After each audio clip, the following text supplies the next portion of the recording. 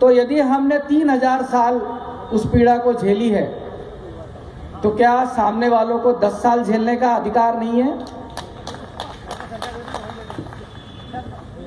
सबसे बड़ी बात यह है कि यदि अब भी हम नहीं जागे तो निश्चित रूप से मान के चलना कि ये आखिरी पीढ़ी है। अभी मैं राजगढ़ गया था, तो राजगढ़ में हमारे एक कर्मचारी साथी मिले। वो अपनी सरनेम जो है वो अपनी कास्ट के हिसाब से लगाते हैं। तो मैंने पूछा उनको, मैंने कहा यार बहुत सारे लोग जो है अपने कास्ट के को सरनेम के रूप में नहीं लगाते हैं, आपने अपने नाम के आगे भील क्यों लिखा हुआ है?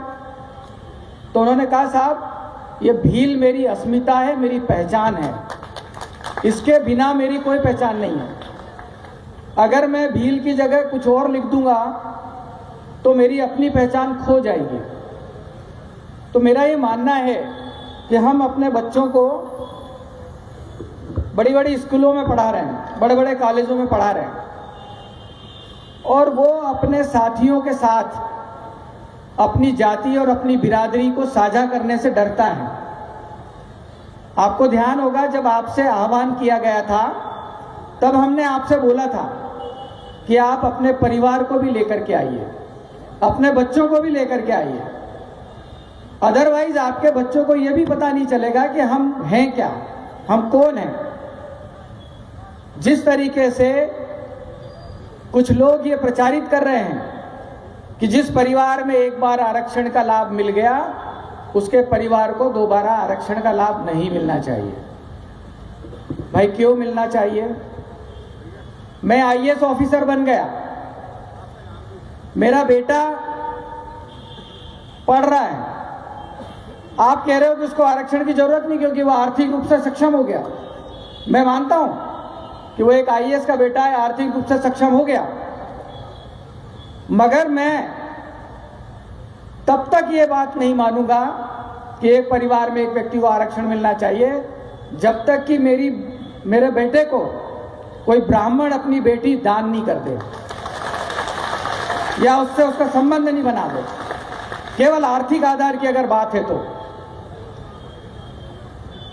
जब तक ये रोटी बेटी का व्यवहार नहीं होता तब तक हमको समाज के पिछड़ेपन के कारण, सामाजिक पिछड़ेपन के कारण हमें आरक्षण की पात्रता मिलती रहेगी। आप खत्म कर दीजिए जाति, हमें नहीं चाहिए आरक्षण, कोई दिक्कत नहीं।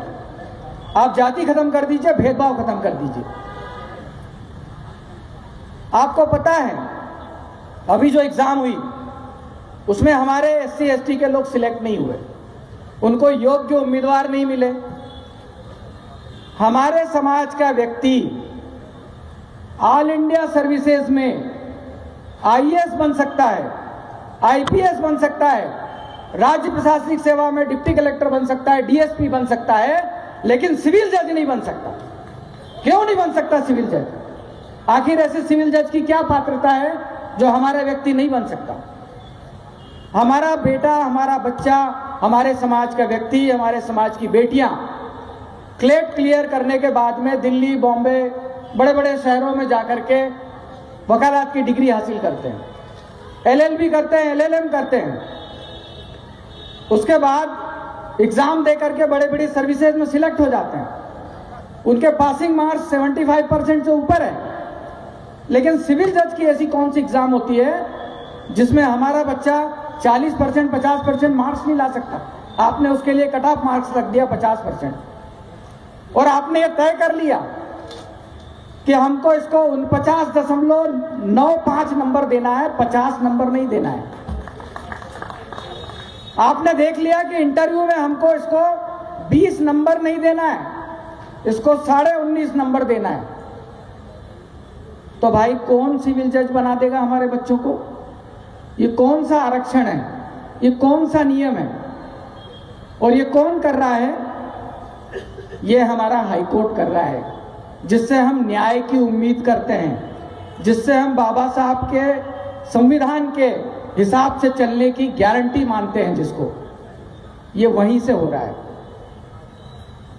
मेरा सिर्फ आपको ये कहना है कि जिस तरीके से जुडिशरी से, न्यायपालिका से आपका बीज समाप्त किया जा रहा है। बीज समझते हो ना आप, कि जब हमारा बेटा सिविल जज बनेगा तभी वो हाई कोर्ट जज तक पहुंचेगा, अदरवाइज और कोई चांस नहीं है। तो आपने अगर बीज ही नष्ट कर दिया तो आप करोगे क्या? न्याय की उम्मीद किससे करोगे? अगले 15 साल, 20 साल, 25 साल कितने जस्टिस गवई आ जाएंगे हमारे लिए, हमारे समाज की बात करने वाले? कोई बनेगा क्या? इसलिए मैं बोल रहा था कि ये हमारी आखिरी पीढ़ी है और इस पीढ़ी के लिए लड़ने का जो दायित्व है वो सिर्फ हमारा है और हम ही इसके लिए लड़ सकते हैं।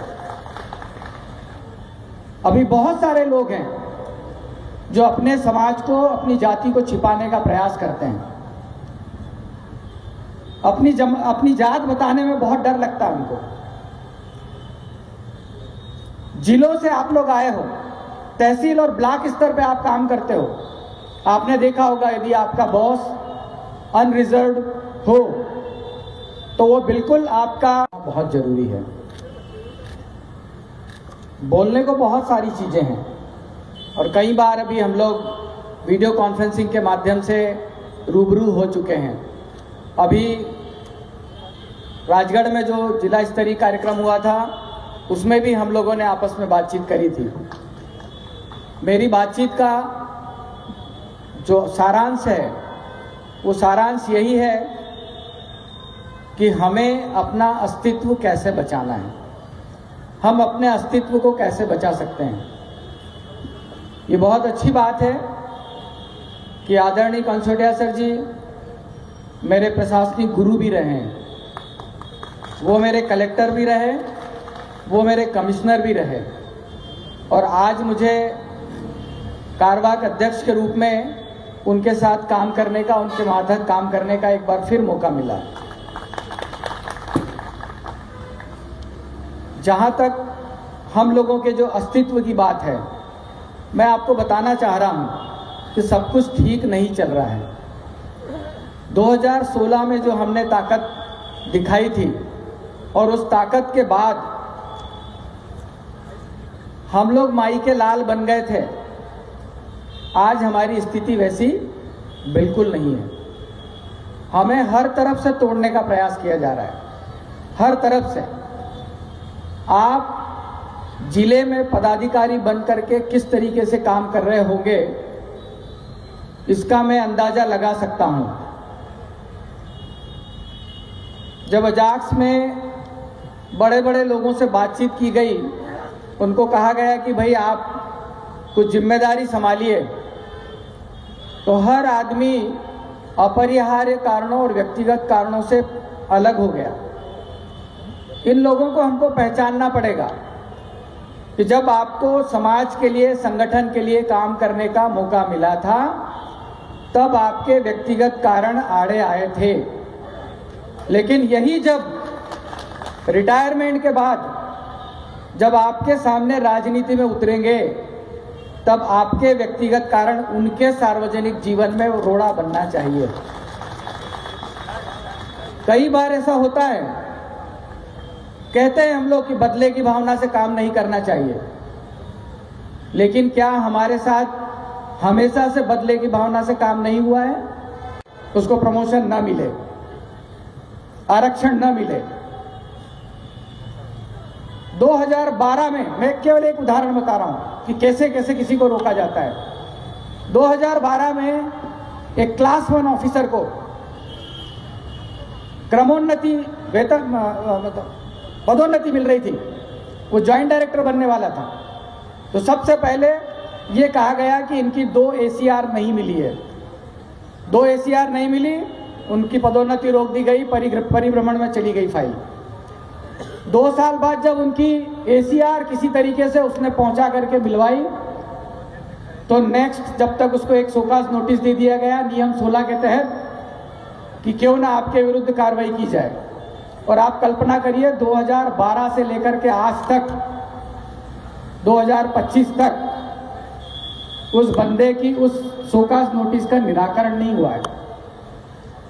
और वो सिर्फ इसलिए किया गया कि उस डिपार्टमेंट में मात्र 3 लोग थे उसके पद के लोग, और उनको ये मालूम था कि अगर ये चौथा व्यक्ति आ गया तो इसको एक इम्पोर्टेंट पद मिल जाएगा, और उस इम्पोर्टेंट पद को अगर मिल गया, उसका अगर कोई तैयार हो गया कोई आदमी प्रतिद्वंदी, तो किसी और का नुकसान हो जाएगा।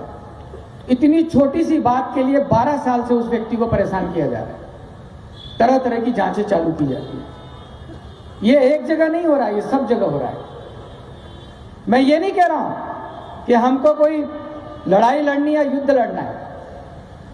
हमारी लड़ाई किसी धर्म से नहीं है, हमारी लड़ाई किसी समाज विशेष से नहीं है, हमारी लड़ाई किसी जाति विशेष से नहीं है।